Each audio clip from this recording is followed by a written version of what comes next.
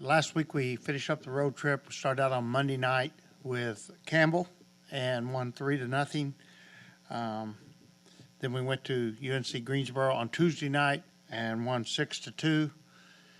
Before we come home late, when we couldn't get a flight home for all of our team on it with everybody on the same flight until late Wednesday. So we missed a day of practice on Wednesday, got in around 11 o'clock, and then immediately started playing Georgia State and won game one on Thursday 10-2, game two on Friday 12-3, and game three on Saturday 10-2. So felt like our bats got going over the road trip and we got a little bit looser. I thought the road trip was really good for our team chemistry.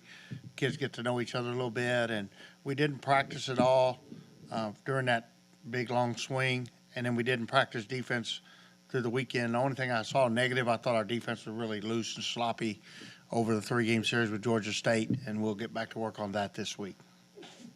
Just with it being the last stretch of the regular season, so where do you feel like your team stands versus what you wanted to accomplish going into the season? We're healthy. I'm thrilled that we're healthy. Very, very minimal injuries at all. Almost no even nagging little things. So that part I'm tickled with. We're defensively, we got to really get back on the field and clean up our defense this week. We're able to overcome that with Summer on the mound, but most of the time. But I thought we made some uncharacteristic defensive mistakes over the weekend, and I think that was just due to fatigue and lack of practice. I hope it was. So I'm not satisfied with our defense. Overall, I'm thrilled with our catching this year. I'm thrilled with our outfield play. Our infield's normally solid, so I just think it's a matter of getting back to work. Offensively, I think we're starting to come around. I felt like at the end of the Appalachian State series, we got loose, obviously, those last couple of games. Then we tightened back up on Monday and Tuesday and got away from our game plan, drawing walks. I think we had one walk on Monday and Tuesday night. We weren't real patient, and then I thought we executed really well over the weekend as far as the offense against Georgia State. So, we're where we need to be, but we need to really get serious and really our practice is going to get a lot more intense here the next 3 weeks, and we have to get ready for postseason. Some teams have to be in playoff mode at this time. Competition-wise, it may not necessarily be that, but attitude-wise, is that kind of what you need to have in the last couple of weeks going into the Sun Belt tournament and then a further postseason? Well, I'd like to see our kids really get concentrated on their books right now. We got finals here in the next week to 10 days, and they need to really be focused in on their academics and really concentrating on their schoolwork and classwork.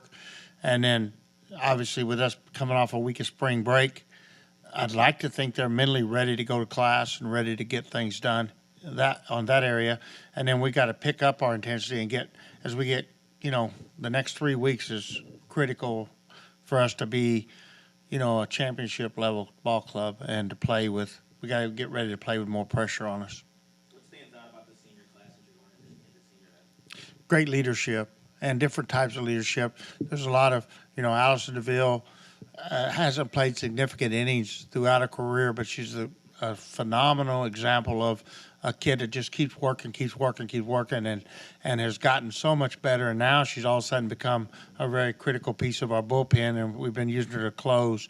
So I think her leadership by example has been critical. She's also she's always smiling. She's a local, she's a local from this area. A great example of how to interact with the fans and the young fans. So she stands out, even though on the field her play has been limited. And then Kara Grimion's a very quiet, silent leader, but a great example of someone that practices as hard as they can practice every single day. Her practice is as hard or harder than a game. And then she just plays the game the right way, always looking for the extra base. She can play defense. She can play offense. She can steal bases. She's just a great all-around player. And then you got Lexi Como, who's just a phenomenal leader, again, like Allison, but more vocal. And I think, when I think of Lexi Como, I think of someone who's willing to do any single thing for our program. She's willing to set out a game if that's what's needed. She's willing She'll just play any position I ask her to. She wants to win. She wants her team to win, and she's a kid that's totally selfless and a great example of selflessness for her teammates. And then, of course, Milligan's come over from A&M and only been with us for 1 year, but she's been critical in it. She's such a great kid. She's a great student athlete, and she's a kind of a freak in the weight room. And so one of the things that we noticed, or that I noticed, is kids here weren't used to working like the SEC type environment where the weight room and strength conditioning program is critical. And I think Keely really was a great leadership tool for our strength coach, Connor Stanton, in the weight room. And of course, her speed has really helped us. And so, by her play in the leadoff position of our batting order, she's provided great leadership and gets us in a position to win a lot of games early. Keely, are you comfortable? Obviously, you got it back in the leadoff spot, and that seems to be. But what about playing second base in the postseason? Are you comfortable with that? We've been experimenting, and I've had her there all the time for the last 3 weeks, just trying to see if she got more comfortable, if that would help her. But I'm also really proud of how Cassie Shomos come through this year. She hit it in the 180s, 190s last year, and this year we platooned her. And I look at her average this morning; it's like 325. She's second on our team in doubles with 9 doubles, and she's not played, doesn't have near as many at bats. And we're still tinkering around with that, and I'm not sure whether we're getting ready to set the lineup. However I play it this weekend, that's probably who's going to be our second baseman in the postseason. And I'm probably going to depend on what happens in practice, whether we go with Cassie or Keely at second. And if we go with Cassie at second, Keely will definitely be in right field. I have to have her in the lineup. Allison, is she to the point where if you get in the postseason and you have a really tough left-handed hitter who struggles, does she have the is she pitching where you could use her in those? I know that's more of a baseball thing, but is that something that No, I feel very confident. And the one thing, if you'll notice, she comes in with those strikes. She comes in and competes for the strike zone, pounds the strike zone, doesn't walk anybody, goes right at hitters. And she's made great strides. I really feel confident in a lefty-on-lefty matchup. And we're going to start her for the first time this weekend on Senior Day. I'm looking forward to that. And I think we'll let her go as long as she's comfortable. And it could be a 3-inning I'd like to see her last at least 3 innings, and then we'll make the decision at the end of the third inning. Do we want to try to go ahead and go for the 7-inning game, or do we want to go short? Because we've been using her in shorter stints. So I don't know how well she'll concentrate going along, if she wants to go long, or if she mentally can go long. But we'll definitely give her a start this weekend, and then we'll continue to use her in relief because she's been really good. What's the challenge of playing a team like Coastal, considering they just got swept over the weekend? How hungry is the softball team about? They should be hungry. Obviously with them coming in, I would have preferred them to have won all 3 games because of their RPI. But they've got a very dangerous ball club. They're very powerful. Their average isn't good, but they hit the ball long. The thing I like about the matchup is they strike out a lot, and when we put Summer on the mound, she gets a lot of strikeouts. So I think that bodes well for us. But without any doubt, they're going to come in.